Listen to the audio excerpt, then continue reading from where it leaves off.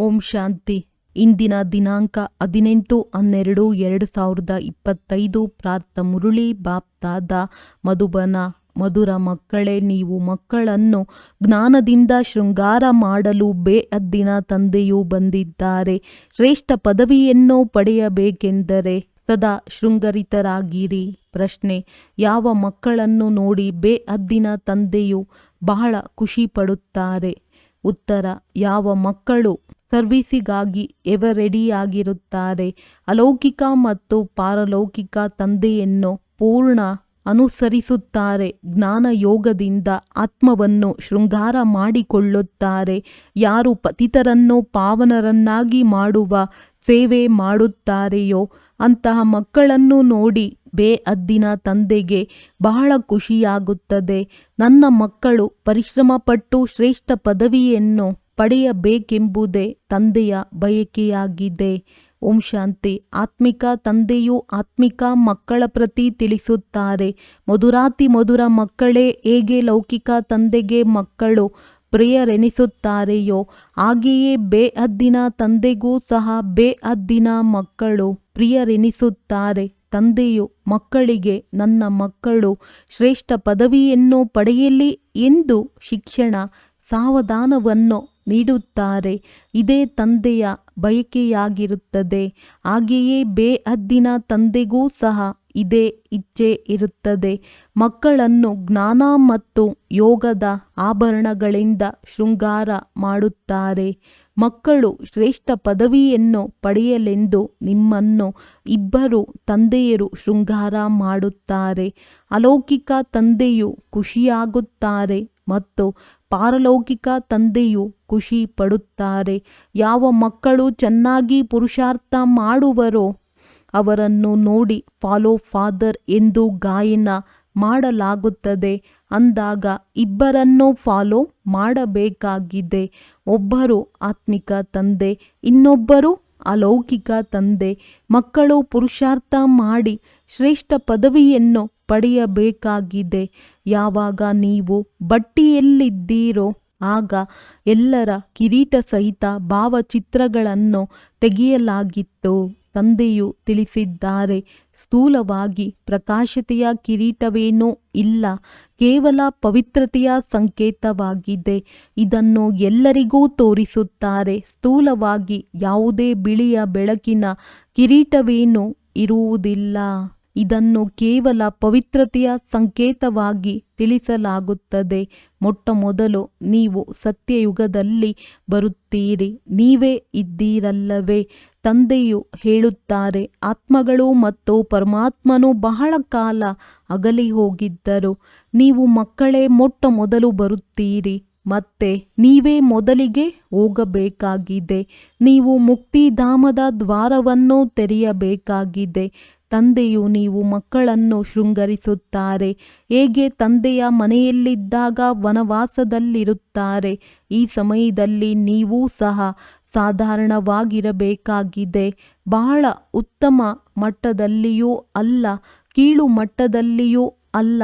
ತಂದೆಯು ತಿಳಿಸುತ್ತಾರೆ, ನಾನು ಸಾಧಾರಣ ತನುವಿನಲ್ಲಿ ಪ್ರವೇಶ ಮಾಡುತ್ತೇನೆ. ಯಾವುದೇ ದೇಹದಾರಿಗೆ ಭಗವಂತನೆಂದು ಹೇಳಲು ಸಾಧ್ಯವಿಲ್ಲ. ಮನುಷ್ಯರ ಸದ್ಗತಿ ಮಾಡಲು ಸಾಧ್ಯವಿಲ್ಲ. ಸದ್ಗತಿಯನ್ನು ಗುರುಗಳೇ ಮಾಡುತ್ತಾರೆ. ಮನುಷ್ಯರು 60 ವರ್ಷಗಳ ನಂತರ ವಾನಪ್ರಸ್ಥವನ್ನು ಸ್ವೀಕರಿಸಿ ಗುರುಗಳನ್ನು ಮಾಡಿಕೊಳ್ಳುತ್ತಾರೆ. ಈ ಪದ್ಧತಿಯು ಈಗಿನದ್ದಾಗಿದೆ. ಇದು ಮತ್ತೆ ಭಕ್ತಿ ಮಾರ್ಗದಲ್ಲಿ ನಡೆಯುತ್ತದೆ. ಇತ್ತೀಚೆಗೆ ಚಿಕ್ಕ ಮಕ್ಕಳಿಗೂ ಗುರುಗಳನ್ನು ಮಾಡಿಸಿ ಬಿಡುತ್ತಾರೆ. ಬಲೆ ವಾನಪ್ರಸ್ಥ ಸ್ಥಿತಿಯಾಗಿಲ್ಲ, ಆದರೆ ಆಕಸ್ಮಿಕವಾಗಿ ಮೃತ್ಯು ಬಂದು ಬಿಡುತ್ತದೆ ಎಲ್ಲವೇ. ಆದ್ದರಿಂದ ಮಕ್ಕಳಿಗೂ ದೀಕ್ಷೆಯನ್ನು ಕೊಡಿಸಿ ಗುರುಗಳನ್ನು ಮಾಡಿಸಿ ಬಿಡುತ್ತಾರೆ. ಹೇಗೆ ತಂದೆಯು ತಿಳಿಸುತ್ತಾರೆ, ನೀವೆಲ್ಲರೂ ಆತ್ಮರಾಗಿದ್ದೀರಿ. ಎಲ್ಲರಿಗೆ ಆಸ್ತಿಯನ್ನು ಪಡೆಯುವ ಅಧಿಕಾರವಿದೆ. ಗುರುಗಳಿಲ್ಲದೆ ನೆಲೆ ಇಲ್ಲ, ಅರ್ಥಾತ್ ಬ್ರಹ್ಮ ತತ್ವದಲ್ಲಿ ಲೀನವಾಗುವುದಿಲ್ಲವೆಂದು ಅವರು ಹೇಳುತ್ತಾರೆ. ಆದರೆ ನೀವಂತೂ ಲೀನವಾಗುವುದಿಲ್ಲ. ಇದು ಭಕ್ತಿ ಮಾರ್ಗದ ಶಬ್ದವಾಗಿದೆ. ಆತ್ಮವು ಬಿಂದು ಮಾದರಿಯಲ್ಲಿದೆ. ತಂದೆಯು ಬಿಂದುವಾಗಿದ್ದಾರೆ. ಆ ಬಿಂದುವನ್ನೇ ಜ್ಞಾನಸಾಗರನೆಂದು ಹೇಳಲಾಗುತ್ತದೆ. ನೀವು ಸಹ ಚಿಕ್ಕ ಆತ್ಮಗಳಾಗಿದ್ದೀರಿ. ಅತಿ ಚಿಕ್ಕ ಆತ್ಮನಲ್ಲಿ ಸಂಪೂರ್ಣ ಜ್ಞಾನವನ್ನು ತುಂಬಿಸಲಾಗುತ್ತದೆ. ನೀವು ಸಂಪೂರ್ಣ ಜ್ಞಾನವನ್ನು ಪಡೆಯುತ್ತೀರಿ. ಪಾಸ್ ವಿತ್ ಆನರ್ ಆಗುತ್ತೀರಲ್ಲವೇ? ಶಿವಲಿಂಗವು ದೊಡ್ಡ ರೂಪದಲ್ಲಿರುತ್ತದೆ ಎಂದಲ್ಲ. ಆತ್ಮವು ಎಷ್ಟು ಗಾತ್ರದಲ್ಲಿದೆಯೋ ಪರಮಾತ್ಮನು ಅಷ್ಟೇ ಇದ್ದಾರೆ. ಆತ್ಮವು ಪರಮಧಾಮದಿಂದ ಪಾತ್ರವನ್ನಭಿನಯಿಸಲು ಬರುತ್ತದೆ. ತಂದೆಯು ತಿಳಿಸುತ್ತಾರೆ, ನಾನೂ ಸಹ ಅಲ್ಲಿಂದ ಬರುತ್ತೇನೆ. ಆದರೆ ನನಗೆ ನನ್ನದೇ ಆದ ಶರೀರವಿಲ್ಲ. ನಾನು ರೂಪನೂ ಆಗಿದ್ದೇನೆ, ಬಸಂತನೂ ಆಗಿದ್ದೇನೆ. ಪರಮ ಆತ್ಮನೂ ರೂಪನಾಗಿದ್ದಾರೆ. ಅವರಲ್ಲಿ ಸಂಪೂರ್ಣ ಜ್ಞಾನವು ತುಂಬಲ್ಪಟ್ಟಿದೆ. ಜ್ಞಾನದ ಮಳೆಯನ್ನು ಸುರಿಸುತ್ತಾರೆ. ಅದರಿಂದ ಎಲ್ಲ ಮನುಷ್ಯರು ಪಾಪಾತ್ಮರಿಂದ ಪುಣ್ಯಾತ್ಮರಾಗಿ ಬಿಡುತ್ತಾರೆ. ತಂದೆಯು ಗತಿ ಸದ್ಗತಿ ಎರಡನ್ನೂ ಕೊಡುತ್ತಾರೆ. ನೀವು ಸದ್ಗತಿಯಲ್ಲಿ ಹೋಗುತ್ತೀರಿ. ಉಳಿದೆಲ್ಲರೂ ಗತಿಯಲ್ಲಿ ಅರ್ಥಾತ್ ತಮ್ಮ ಮನೆಗೆ ಹೋಗುತ್ತಾರೆ. ಅದು ಮಧುರ ಮನೆಯಾಗಿದೆ. ಆತ್ಮವೇ ಈ ಕಿವಿಗಳ ಮೂಲಕ ಹೇಳುತ್ತದೆ. ಈಗ ತಂದೆಯು ತಿಳಿಸುತ್ತಾರೆ, ಮಧುರಾತಿ ಮಧುರ ಅಗಲಿ ಹೋಗಿ ಮರಳಿ ಸಿಕ್ಕಿದ ಮಕ್ಕಳೇ, ಹಿಂತಿರುಗಿ ಹೋಗಬೇಕಾಗಿದೆ. ನಾನು ಎಲ್ಲರನ್ನೂ ಕರೆದುಕೊಂಡು ಹೋಗಲು ಬಂದಿದ್ದೇನೆ. ಆತ್ಮಗಳಿಗೆ ಶಿವನ ಮೆರವಣಿಗೆ ಎಂದು ಹೇಳುತ್ತಾರೆ. ಈಗ ಶಿವತಂದೆಯು ಶಿವಾಲಯದ ಸ್ಥಾಪನೆ ಮಾಡುತ್ತಿದ್ದಾರೆ. ಮತ್ತೆ ರಾವಣನು ಬಂದು ವೇಶ್ಯಾಲಯವನ್ನು ಸ್ಥಾಪನೆ ಮಾಡುತ್ತಾನೆ. ವಾಮ ಮಾರ್ಗಕ್ಕೆ ವೇಶ್ಯಾಲಯವೆಂದು ಹೇಳಲಾಗುತ್ತದೆ. ತಂದೆಯ ಬಳಿ ಬಹುತೇಕ ಮಕ್ಕಳಿದ್ದಾರೆ. ವಿವಾಹ ಮಾಡಿಕೊಂಡು ಪವಿತ್ರರಾಗಿರುತ್ತಾರೆ.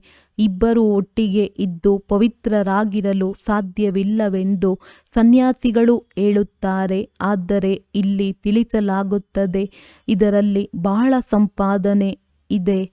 ಪವಿತ್ರರಾಗಿರುವುದರಿಂದ 21 ಜನ್ಮಗಳ ರಾಜಧಾನಿಯು ಸಿಗುತ್ತದೆ. ಅಂದ ಮೇಲೆ 1 ಜನ್ಮ ಪವಿತ್ರರಾಗಿರುವುದು ದೊಡ್ಡ ಮಾತೇನು? ತಂದೆಯು ಹೇಳುತ್ತಾರೆ, ನೀವು ಕಾಮಚಿತೆಯ ಮೇಲೆ ಕುಳಿತು ಕಪ್ಪಾಗಿ ಬಿಟ್ಟಿದ್ದೀರಿ. ಕೃಷ್ಣನಿಗೂ ಸಹ ಶ್ಯಾಮ ಸುಂದರನೆಂದು ಹೇಳುತ್ತಾರೆ. ಈ ತಿಳುವಳಿಕೆಯು ಈ ಸಮಯದ್ದಾಗಿದೆ. ಕಾಮಚಿತೆಯನ್ನೇರಿ ಕಪ್ಪಾಗಿ ಬಿಟ್ಟರು. ಮತ್ತೆ ಅವರಿಗೆ ಬ್ರಹ್ಮ ಹಳ್ಳಿ ಬಾಲಕನೆಂದು ಹೇಳಲಾಗುತ್ತದೆ. ಅವಶ್ಯವಾಗಿ ಮೊದಲು ಇವರು ಆಗಿದ್ದರಲ್ಲವೇ? ಕೃಷ್ಣನಂತೂ ಗೊಲ್ಲ ಬಾಲಕನಾಗಲು ಸಾಧ್ಯವಿಲ್ಲ. ಇವರದ್ದೇ ಬಹಳ ಜನ್ಮಗಳ ಅಂತಿಮದಲ್ಲಿ ತಂದೆಯು ಪ್ರವೇಶ ಮಾಡಿ ಸುಂದರರನ್ನಾಗಿ ಮಾಡುತ್ತಾರೆ. ನೀವೀಗ ಒಬ್ಬ ತಂದೆಯನ್ನೇ ನೆನಪು ಮಾಡಬೇಕಾಗಿದೆ. ಬಾಬಾ, ತಾವು ಎಷ್ಟು ಮಧುರರಾಗಿದ್ದೀರಿ, ಎಷ್ಟು ಮಧುರ ಆಸ್ತಿಯನ್ನು ಕೊಡುತ್ತೀರಿ. ನಮ್ಮನ್ನು ಮನುಷ್ಯರಿಂದ ದೇವತೆ ಮಂದಿರ ಯೋಗ್ಯರನ್ನಾಗಿ ಮಾಡುತ್ತೀರಿ. ಈಗೀಗೆ ತಮ್ಮೊಂದಿಗೆ ಮಾತನಾಡಿಕೊಳ್ಳಬೇಕಾಗಿದೆ. ಬಾಯಿಯಿಂದ ಏನನ್ನೂ ಹೇಳುವಂತಿಲ್ಲ. ಭಕ್ತಿ ಮಾರ್ಗದಲ್ಲಿ ತಾವು ಪ್ರಿಯತಮನನ್ನು ಎಷ್ಟೊಂದು ನೆನಪು ಮಾಡುತ್ತಾ ಬಂದಿದ್ದೀರಿ. ಈಗ ತಾವು ಸತ್ತಿದ್ದೀರಿ. ಬಾಬಾ, ತಾವಂತೂ ಎಲ್ಲರಿಗಿಂತ ಮಧುರರಾಗಿದ್ದೀರಿ. ತಮ್ಮನ್ನು ನಾವೇಕೆ ನೆನಪು ಮಾಡುವುದಿಲ್ಲ? ತಮಗೆ ಪ್ರೇಮ ಶಾಂತಿಯ ಸಾಗರನೆಂದು ಹೇಳಲಾಗುತ್ತದೆ. ತಾವೇ ಆಸ್ತಿಯನ್ನು ಕೊಡುತ್ತೀರಿ. ಬಾಕಿ ಪ್ರೇರಣೆಯಿಂದ ಏನೂ ಸಿಗುವುದಿಲ್ಲ. ತಂದೆಯಂತೂ ಸನ್ಮುಖದಲ್ಲಿ ಬಂದು ನೀವು ಮಕ್ಕಳಿಗೆ ಓದಿಸುತ್ತಾರೆ. ಇದು ಪಾಠಶಾಲೆಯಲ್ಲವೇ? ತಂದೆಯು ತಿಳಿಸುತ್ತಾರೆ, ನಾನು ನಿಮ್ಮನ್ನು ರಾಜರಿಗೂ ರಾಜರನ್ನಾಗಿ ಮಾಡುತ್ತೇನೆ. ಇದು ರಾಜಯೋಗವಾಗಿದೆ. ನೀವೀಗ ಮೂಲವತನ, ಸೂಕ್ಷ್ಮವತನ, ಸ್ಥೂಲವತನವನ್ನು ಅರಿತಿದ್ದೀರಿ. ಇಷ್ಟು ಚಿಕ್ಕ ಆತ್ಮವು ಹೇಗೆ ಪಾತ್ರವನ್ನಭಿನಯಿಸುತ್ತದೆ?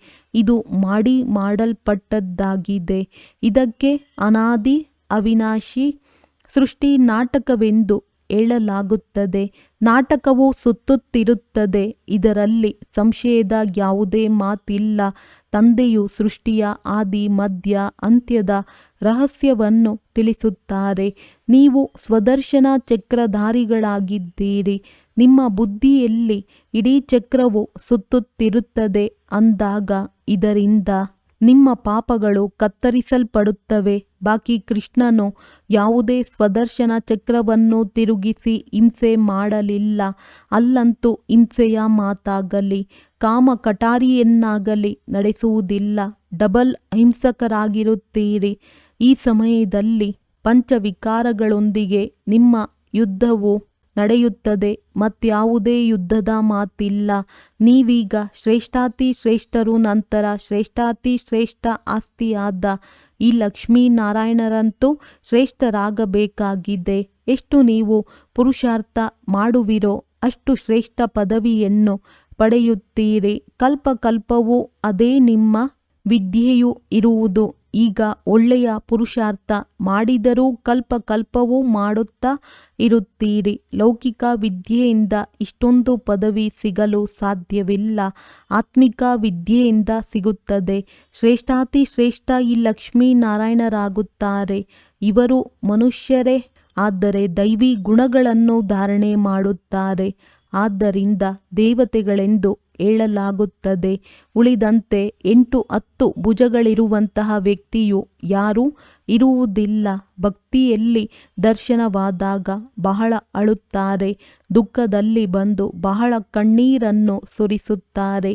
ಇಲ್ಲಂತೂ ತಂದೆಯು ತಿಳಿಸುತ್ತಾರೆ, ಕಣ್ಣೀರು ಬಂದಿತೆಂದರೆ ನೀವು ಅನುತ್ತೀರ್ಣರಾದಿರಿ. ತಾಯಿ ಸತ್ತರೂ ಸಹ ಜ್ಞಾನದ ಹಲ್ವಾ ತಿನ್ನಿ. ಇತ್ತೀಚೆಗೆ ಬಾಂಬೆಯಲ್ಲಿಯೂ ಯಾರಾದರೂ ರೋಗಿಯಾದರೆ ಅಥವಾ ಮರಣ ಹೊಂದಿದರೆ ಬಂದು ಶಾಂತಿಯನ್ನು ಕೊಡಿ ಎಂದು ಬ್ರಹ್ಮ ಕುಮಾರ ಕುಮಾರಿಯರನ್ನು ಕರೆಸುತ್ತಾರೆ. ನೀವು ತಿಳಿಸುತ್ತೀರಿ, ಆತ್ಮವು ಒಂದು ಶರೀರವನ್ನು ಬಿಟ್ಟು ಇನ್ನೊಂದನ್ನು ತೆಗೆದುಕೊಂಡಿತು. ಇದರಲ್ಲಿ ನಿಮ್ಮದೇನು ಹೋಗುತ್ತದೆ? ಅಳುವುದರಿಂದ ಏನು ಲಾಭ? ಆಗ ಹೇಳುತ್ತಾರೆ, ಇವರನ್ನು ಕಾಲವು ಕಬ್ಬಳಿಸಿ ಬಿಟ್ಟಿತೆಂದು. ಆದರೆ ಇಂತಹ ಯಾವುದೇ ಮಾತಿಲ್ಲ. ಇಲ್ಲಂತೂ ಆತ್ಮವು ತಾನಾಗಿಯೇ ಒಂದು ಶರೀರವನ್ನು ಬಿಟ್ಟು ಬಿಡುತ್ತದೆ. ತನ್ನ ಸಮಯದಲ್ಲಿ ಶರೀರವನ್ನು ಬಿಟ್ಟು ಹೋಗುತ್ತದೆ. ಬಾಕಿ ಮೃತ್ಯುವು ಯಾವುದೇ ವಸ್ತುವಲ್ಲ. ಸತ್ಯಯುಗದಲ್ಲಿ ಗರ್ಭ ಮೆಹಲ್ ಇರುತ್ತದೆ. ಶಿಕ್ಷೆಯ ಮಾತೇ ಇರುವುದಿಲ್ಲ. ಅಲ್ಲಿ ನಿಮ್ಮ ಕರ್ಮಗಳು ಅಕರ್ಮವಾಗುತ್ತದೆ. ವಿಕರ್ಮವಾಗಲು ಅಲ್ಲಿ ಮಾಯೆಯೇ ಇರುವುದಿಲ್ಲ. ನೀವು ವಿಕರ್ಮಾಜೀತರಾಗುತ್ತೀರಿ. ಮೊಟ್ಟ ಮೊದಲು ವಿಕರ್ಮಾಜೀತ್ ಸಂವತ್ಸರ ನಡೆಯುತ್ತದೆ. ನಂತರ ಭಕ್ತಿ ಮಾರ್ಗವು ಆರಂಭವಾದಾಗ ರಾಜವಿಕರ್ಮ ಸಂವತ್ಸರವು ಆರಂಭವಾಗುತ್ತದೆ. ಈ ಸಮಯದಲ್ಲಿ ಯಾವ ವಿಕರ್ಮಗಳನ್ನು ಮಾಡಿದ್ದೀರೋ ಅದರ ಮೇಲೆ ಜಯ ಗಳಿಸುತ್ತೀರಿ. ಆದ್ದರಿಂದ ವಿಕರ್ಮಾಜೀತರೆಂದು ಹೆಸರಿಡಲಾಗುತ್ತದೆ. ನಂತರ ದ್ವಾಪರದಲ್ಲಿ ವಿಕರ್ಮಿ ರಾಜರಾಗಿ ಬಿಡುತ್ತಾರೆ. ವಿಕರ್ಮ ಮಾಡುತ್ತಿರುತ್ತಾರೆ. ಸೂಜಿಯ ಮೇಲೆ ಒಂದು ವೇಳೆ ತುಕ್ಕು ಹಿಡಿದಿದ್ದರೆ ಅದನ್ನು ಅಯಸ್ಕಾಂತವು ಆಕರ್ಷಿಸುವುದಿಲ್ಲ. ಎಷ್ಟು ಪಾಪಗಳ ತುಕ್ಕು ಇಳಿಯುತ್ತಾ ಹೋಗುವುದೋ ಅಷ್ಟು ಅಯಸ್ಕಾಂತವು ಸೆಳೆಯುವುದು. ತಂದೆಯಂತೂ ಸಂಪೂರ್ಣ ಪವಿತ್ರರಾಗಿದ್ದಾರೆ. ನಿಮ್ಮನ್ನು ಯೋಗ ಬಲದಿಂದ ಪವಿತ್ರರನ್ನಾಗಿ ಮಾಡುತ್ತಾರೆ. ಹೇಗೆ ಲೌಕಿಕ ತಂದೆಯೂ ಸಹ ಮಕ್ಕಳನ್ನು ನೋಡಿ ಖುಷಿ ಪಡುತ್ತಾರಲ್ಲವೇ, ಹಾಗೆಯೇ ಬೇಹದ್ದಿನ ತಂದೆಯೂ ಸಹ ಮಕ್ಕಳ ಸೇವೆಯನ್ನು ನೋಡಿ ಬಹಳ ಖುಷಿ ಪಡುತ್ತಾರೆ. ಮಕ್ಕಳು ಬಹಳ ಪರಿಶ್ರಮವನ್ನು ಪಡುತ್ತಿದ್ದೀರಿ. ಸರ್ವೀಸಿನಲ್ಲಿ ಮಕ್ಕಳು ಸದಾ ಎವರೆಡಿಯಾಗಿರಬೇಕು. ನೀವು ಮಕ್ಕಳು ಪತಿತರನ್ನು ಪಾವನ ಮಾಡುವಂತಹ ಈಶ್ವರಿಯ ಮೆಷಿನ್ ಆಗಿದ್ದೀರಿ. ನೀವೀಗ ಈಶ್ವರಿಯ ಸಂತಾನರಾಗಿದ್ದೀರಿ. ಬೇಹದ್ದಿನ ತಂದೆಯಾಗಿದ್ದಾರೆ ಮತ್ತು ನೀವೆಲ್ಲರೂ ಸಹೋದರ ಸಹೋದರಿಯರಾಗಿದ್ದೀರಿ. ಮತ್ಯಾವುದೇ ಸಂಬಂಧವಿಲ್ಲ. ಮುಕ್ತಿಧಾಮದಲ್ಲಂತೂ ತಂದೆ ಮತ್ತು ನೀವಾತ್ಮರು ಸಹೋದರ ಸಹೋದರರಿರುತ್ತೀರಿ. ನಂತರ ನೀವು ಸತ್ಯಯುಗದಲ್ಲಿ ಹೋದಾಗ ಅಲ್ಲಿ ಒಬ್ಬ ಮಗ ಮತ್ತು ಒಬ್ಬ ಮಗಳು ಅಷ್ಟೇ. ಆದರೆ ಇಲ್ಲಿ ನೋಡಿ ಬಹಳ ಸಂಬಂಧಗಳಾಗುತ್ತವೆ. ಚಿಕ್ಕಪ್ಪ, ದೊಡ್ಡಪ್ಪ, ಮಾವ ಇತ್ಯಾದಿ. ಮೂಲವತನವು ಮಧುರ ಮನೆ, ಮುಕ್ತಿಧಾಮವಾಗಿದೆ. ಅದಕ್ಕಾಗಿ ಮನುಷ್ಯರು ಎಷ್ಟೊಂದು ಯಜ್ಞ, ತಪ ಇತ್ಯಾದಿಗಳನ್ನು ಮಾಡುತ್ತಾರೆ. ಆದರೆ ಯಾರು ಹಿಂತಿರುಗಿ ಹೋಗಲು ಸಾಧ್ಯವಿಲ್ಲ. ಸುಳ್ಳು ಹೇಳುತ್ತಿರುತ್ತಾರೆ. ಸರ್ವರ ಸದ್ಗತಿದಾತನು ಒಬ್ಬರೇ ತಂದೆಯಾಗಿದ್ದಾರೆ, ಅನ್ಯ ಯಾರೂ ಇಲ್ಲ. ಈಗ ನೀವು ಸಂಗಮ ಯುಗದಲ್ಲಿದ್ದೀರಿ. ಇಲ್ಲಿ ಅನೇಕ ಮನುಷ್ಯರಿದ್ದಾರೆ. ಸತ್ಯಯುಗದಲ್ಲಿ ಬಹಳ ಕೆಲವರೇ ಇರುತ್ತಾರೆ. ಸ್ಥಾಪನೆಯ ನಂತರ ಹಳೆಯದರ ವಿನಾಶವಾಗುತ್ತದೆ. ಈಗ ಅನೇಕ ಧರ್ಮಗಳಿರುವ ಕಾರಣ ಎಷ್ಟೊಂದು ಒಡೆದಾಟವಿದೆ. ನೀವು 100% ಸಾಹುಕಾರರಾಗಿದ್ದೀರಿ. ಮತ್ತೆ 84 ಜನ್ಮಗಳ ನಂತರ 100% ಬಡವರಾಗಿ ಬಿಟ್ಟಿದ್ದೀರಿ. ತಂದೆಯು ಬಂದು ಎಲ್ಲರನ್ನೂ ಜಾಗೃತಗೊಳಿಸುತ್ತಾರೆ. ಮಕ್ಕಳೇ, ಎದ್ದೇಳಿ, ಈಗ ಸತ್ಯಯುಗವು ಬರುತ್ತಿದೆ. ಸತ್ಯ ತಂದೆಯೇ ನಿಮಗೆ 21 ಜನ್ಮಗಳ ಆಸ್ತಿಯನ್ನು ಕೊಡುತ್ತಾರೆ. ಭಾರತವೇ ಸತ್ಯಖಂಡವಾಗುತ್ತದೆ. ತಂದೆಯು ಭಾರತವನ್ನು ಸತ್ಯಖಂಡವನ್ನಾಗಿ ಮಾಡುತ್ತಾರೆ. ಅಸತ್ಯ ಖಂಡವನ್ನಾಗಿ ಯಾರು ಮಾಡುತ್ತಾರೆ? ಪಂಚವಿಕಾರಗಳೆಂಬ ರಾವಣನ ಎಷ್ಟೊಂದು ಪ್ರತಿಮೆಯನ್ನು ಮಾಡುತ್ತಾರೆ, ಮತ್ತೆ ಅದನ್ನು ಸುಡುತ್ತಾರೆ. ಏಕೆಂದರೆ ಇವನು ನಂಬರ್ 1 ಶತ್ರುವಾಗಿದ್ದಾನೆ. ಯಾವಾಗಿನಿಂದ ರಾವಣ ರಾಜ್ಯವಾಗಿದೆ ಎಂಬುದು ಮನುಷ್ಯರಿಗೆ ತಿಳಿದೇ ಇಲ್ಲ. ತಂದೆಯು ತಿಳಿಸುತ್ತಾರೆ. ಅರ್ಧಕಲ್ಪ ರಾಮರಾಜ್ಯ, ಅರ್ಧಕಲ್ಪ ರಾವಣ ರಾಜ್ಯವಿರುತ್ತದೆ. ಆದರೆ ರಾವಣನು ಸಾಯಿಸಲು ಅವನೇನೂ ಒಬ್ಬ ಮನುಷ್ಯನಲ್ಲ. ಈ ಸಮಯದಲ್ಲಿ ಇಡೀ ಪ್ರಪಂಚದಲ್ಲಿ ರಾವಣ ರಾಜ್ಯವಿದೆ. ತಂದೆಯು ಬಂದು ರಾಮರಾಜ್ಯವನ್ನು ಸ್ಥಾಪನೆ ಮಾಡುತ್ತಾರೆ. ನಂತರ ಜೈಕಾರ ಆಗಿಬಿಡುತ್ತದೆ. ಅಲ್ಲಿ ಸದಾ ಖುಷಿ ಇರುತ್ತದೆ. ಅದು ಸುಖಧಾಮವಾಗಿದೆ. ಈಗ ಈ ಸಮಯಕ್ಕೆ ಪುರುಷೋತ್ತಮ ಸಂಗಮ ಯುಗವೆಂದು ಹೇಳಲಾಗುತ್ತದೆ. ತಂದೆಯು ತಿಳಿಸುತ್ತಾರೆ, ನೀವು ಈ ಪುರುಷಾರ್ಥದಿಂದ ಈ ರೀತಿಯಾಗುವವರಿದ್ದೀರಿ. ನಿಮ್ಮ ಚಿತ್ರಗಳನ್ನು ಮಾಡಿಸಲಾಗಿತ್ತು. ಆದರೆ ಅನೇಕರು ಬಂದರು, ಸ್ವಲ್ಪ ದಿನಗಳು ನಡೆದು ಹೊರಟು ಹೋದರು. ತಂದೆಯು ಬಂದು ನೀವು ಮಕ್ಕಳಿಗೂ ಬಹಳ ಪ್ರೀತಿಯಿಂದ ತಿಳಿಸುತ್ತಾರೆ. ತಂದೆ ಶಿಕ್ಷಕರು ಬಹಳ ಪ್ರೀತಿ ಮಾಡುತ್ತಾರೆ. ಗುರುಗಳು ಪ್ರೀತಿ ಮಾಡುತ್ತಾರೆ. ಸದ್ಗುರುವಿನ ನಿಂದಕರಿಗೆ ನೆಲೆ ಇಲ್ಲ. ನಿಮ್ಮ ಗುರಿ ಧ್ಯೇಯವು ಸನ್ಮುಖದಲ್ಲಿದೆ. ಆ ಗುರುಗಳ ಬಳಿಯಂತೂ ಯಾವುದೇ ಗುರಿ ಧ್ಯೇಯವಿರುವುದಿಲ್ಲ. ಅದೇನು ವಿದ್ಯೆಯಲ್ಲ, ಇದು ವಿದ್ಯೆಯಾಗಿದೆ. ಇದು ಆಸ್ಪತ್ರೆ ಮತ್ತು ವಿಶ್ವವಿದ್ಯಾಲಯವೂ ಆಗಿದೆ. ಇದರಿಂದ ನೀವು ಸದಾ ಆರೋಗ್ಯವಂತರು, ಐಶ್ವರ್ಯವಂತರಾಗುತ್ತೀರಿ. ಇಲ್ಲಂತೂ ಅಸತ್ಯವಿದೆ. ಆದ್ದರಿಂದಲೇ ಸುಳ್ಳು ಮಾಯೆ, ಸುಳ್ಳು ಕಾಯವೆಂದು ಆಡುತ್ತಾರೆ. ಸತ್ಯಯುಗವು ಸತ್ಯಖಂಡವಾಗಿದೆ. ಅಲ್ಲಂತೂ ವಜ್ರರತ್ನಗಳ ಮೆಹಲುಗಳಿರುತ್ತದೆ.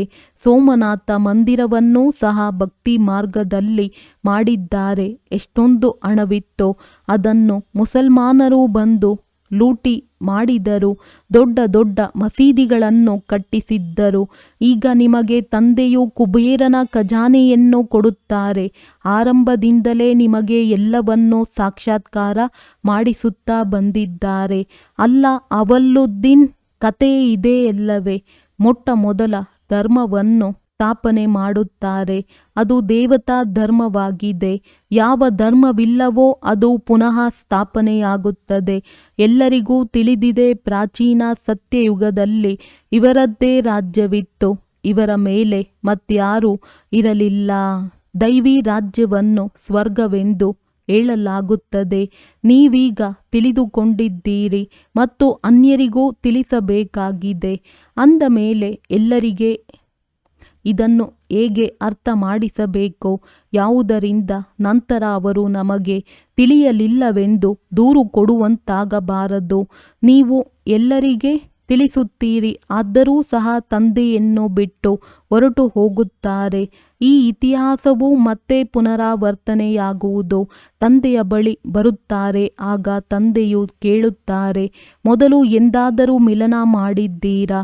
ಹೌದು ಬಾಬಾ, 5000 ವರ್ಷಗಳ ಮೊದಲು ಸಹ ನಾವು ಮಿಲನ ಮಾಡಲು ಬಂದಿದ್ದೆವು. ಕೆಲವರು ಬಂದು ಕೇಳುತ್ತಾರೆ. ಕೆಲವರಿಗೆ ಬ್ರಹ್ಮನ ಸಾಕ್ಷಾತ್ಕಾರವಾಗಿದ್ದರೆ ಅದು ನೆನಪಿಗೆ ಬರುತ್ತದೆ. ಆಗ ನಾವು ಇದೇ ರೂಪವನ್ನು ನೋಡಿದೆವು ಎಂದು ಹೇಳುತ್ತಾರೆ. ತಂದೆಯೂ ಸಹ ಮಕ್ಕಳನ್ನು ನೋಡಿ ಖುಷಿ ಪಡುತ್ತಾರೆ. ಅವಿನಾಶಿ ಜ್ಞಾನರತ್ನಗಳಿಂದ ನಿಮ್ಮ ಜೋಳಿಗೆಯೂ ತುಂಬುತ್ತದೆ ಎಲ್ಲವೇ. ಇದು ವಿದ್ಯೆಯಾಗಿದೆ. 7 ದಿನಗಳ ಕೋರ್ಸ್ ತೆಗೆದುಕೊಂಡು ನಂತರ ಬಲೆ ಎಲ್ಲಿ ಬೇಕಾದರೂ ಇದ್ದು ಮುರುಳಿಯ ಆಧಾರದ ಮೇಲೆ ನಡೆಯಬಹುದು. 7 ದಿನಗಳಲ್ಲಿ ಇಷ್ಟು ತಿಳಿಸಿಕೊಡಲಾಗುತ್ತದೆ ಮತ್ತೆ ಅವರಿಗೆ ಇಡೀ ಮುರುಳಿಯೂ ಅರ್ಥವಾಗುತ್ತದೆ. ತಂದೆಯಂತೂ ಮಕ್ಕಳಿಗೆ ಎಲ್ಲ ರಹಸ್ಯಗಳನ್ನು ಬಹಳ ಚೆನ್ನಾಗಿ ತಿಳಿಸುತ್ತಿರುತ್ತಾರೆ. ಒಳ್ಳೆಯದು. ಮಧುರಾತಿ ಮಧುರ ಅಗಲಿ ಹೋಗಿ ಮರಳಿ ಸಿಕ್ಕಿರುವ ಮಕ್ಕಳ ಪ್ರತಿ ಮಾತ್ಪಿತಾ ಬಾಪ್ ದಾದಾರವರ ನೆನಪು, ಪ್ರೀತಿ ಹಾಗೂ ಸುಪ್ರಭಾತ. ಆತ್ಮಿಕ ಮಕ್ಕಳಿಗೆ ಆತ್ಮಿಕ ತಂದೆಯ ನಮಸ್ತೆ. ಧಾರಣೆಗಾಗಿ ಮುಖ್ಯ ಸಾರ: ಸ್ವದರ್ಶನ ಚಕ್ರವನ್ನು ತಿರುಗಿಸುತ್ತಾ ಪಾಪಗಳನ್ನು ಭಸ್ಮ ಮಾಡಿಕೊಳ್ಳಬೇಕು. ಆತ್ಮಿಕ ವಿದ್ಯೆಯಿಂದ ತಮ್ಮ ಪದವಿಯನ್ನು ಶ್ರೇಷ್ಠ ಮಾಡಿಕೊಳ್ಳಬೇಕಾಗಿದೆ. ಯಾವುದೇ ಪರಿಸ್ಥಿತಿಯಲ್ಲಿ ಕಣ್ಣೀರು ಹಾಕಬಾರದು.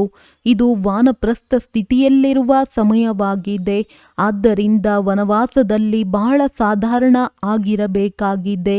ಬಹಳ ಮೇಲ್ಮಟ್ಟವೂ ಅಲ್ಲ, ಕೆಳಮಟ್ಟವೂ ಅಲ್ಲ. ಹಿಂತಿರುಗಿ ಹೋಗುವುದಕ್ಕಾಗಿ ಆತ್ಮವನ್ನು ಸಂಪೂರ್ಣ ಪಾವನ ಮಾಡಿಕೊಳ್ಳಬೇಕಾಗಿದೆ. ವರದಾನ: ಸದಾ ಮೋಲ್ಡ್ ಆಗುವಂತಹ ವಿಶೇಷತೆಯಿಂದ ಸಂಪರ್ಕ ಮತ್ತು ಸೇವೆಯಲ್ಲಿ ಸಫಲರಾಗುವಂತಹ ಸಫಲತಾ ಮೂರ್ತಿ ಭವ. ಯಾವ ಮಕ್ಕಳಲ್ಲಿ ಸ್ವಯಂಗೆ ಮೋಲ್ಡ್ ಆಗುವಂಥ ವಿಶೇಷತೆ ಇದೆ ಅವರು ಸಹಜವಾಗಿ ಗೋಲ್ಡನ್ ಏಜ್ನ ಸ್ಟೇಜ್ವರೆಗೆ ತಲುಪಲು ಸಾಧ್ಯ. ಎಂತಹ ಸಮಯ, ಎಂತಹ ವಾತಾವರಣವೋ ಅದರ ಪ್ರಮಾಣ ತನ್ನ ಧಾರಣೆಗಳನ್ನು ಪ್ರತ್ಯಕ್ಷ ಮಾಡಲು ಮೋಲ್ಡ್ ಆಗಬೇಕಾಗುತ್ತದೆ. ಮೋಲ್ಡ್ ಆಗುವವರೇ ರಿಯಲ್ ಗೋಲ್ಡ್ ಆಗಿದ್ದಾರೆ. ಹೇಗೆ ಸಾಕಾರ ತಂದೆಯ ವಿಶೇಷತೆಯನ್ನು ನೋಡಿದ್ದೀರಿ. ಎಂತಹ ಸಮಯ, ಎಂತಹ ವ್ಯಕ್ತಿ, ಅಂತಹ ರೂಪ. ಈ ರೀತಿ ಫಾಲೋ ಫಾದರ್ ಮಾಡಿ ಆಗ ಸೇವೆ ಮತ್ತು ಸಂಪರ್ಕ ಎಲ್ಲದರಲ್ಲಿಯೂ ಸಹಜವಾಗಿ ಸಫಲತಾ ಮೂರ್ತಿಗಳಾಗುವಿರಿ. ಸ್ಲೋಗನ್: ಎಲ್ಲಿ ಸರ್ವಶಕ್ತಿಗಳಿರುವುದೋ ಅಲ್ಲಿ ನಿರ್ವಿಘ್ನ ಸಫಲತೆ ಜೊತೆಯಲ್ಲಿರುತ್ತದೆ. ಅವ್ಯಕ್ತ ಸೂಚನೆ: ಈಗ ಸಂಪನ್ನ ಅಥವಾ ಕರ್ಮಾತೀತರಾಗುವುದರಲ್ಲಿ ತತ್ಪರರಾಗಿರಿ. ಹೇಗೆ ಸಾಕಾರದಲ್ಲಿ ಬರುವುದು ಹೋಗುವುದು ಸಹಜ ಅಭ್ಯಾಸ ಆಗಿಬಿಟ್ಟಿದೆ, ಹಾಗೆಯೇ ಆತ್ಮಕ್ಕೆ ತಮ್ಮ ಕರ್ಮಾತೀತ ಅವಸ್ಥೆಯಲ್ಲಿರುವ ಅಭ್ಯಾಸವಿರಲಿ. ಈಗೀಗ ಕರ್ಮಯೋಗಿಯಾಗಿ ಕರ್ಮದಲ್ಲಿ ಬರುವುದು, ಕರ್ಮ ಸಮಾಪ್ತಿಯಾಯಿತು ನಂತರ ಕರ್ಮಾತೀತ ಅವಸ್ಥೆಯಲ್ಲಿರುವುದು, ಇದರ ಅನುಭವ ಸಹಜವಾಗುತ್ತಾ ಹೋಗಲಿ. ಸದಾ ಲಕ್ಷ್ಯವಿರಲಿ ಕರ್ಮಾತೀತ ಅವಸ್ಥೆಯಲ್ಲಿರಬೇಕು. ನಿಮಿತ್ತ ಮಾತ್ರ ಕರ್ಮ ಮಾಡುವುದಕ್ಕೆ ಕರ್ಮಯೋಗಿಯಾಗಿ ನಂತರ ಪುನಃ ಕರ್ಮಾತೀತ. ಒಳ್ಳೆಯದು. ಓಂ ಶಾಂತಿ.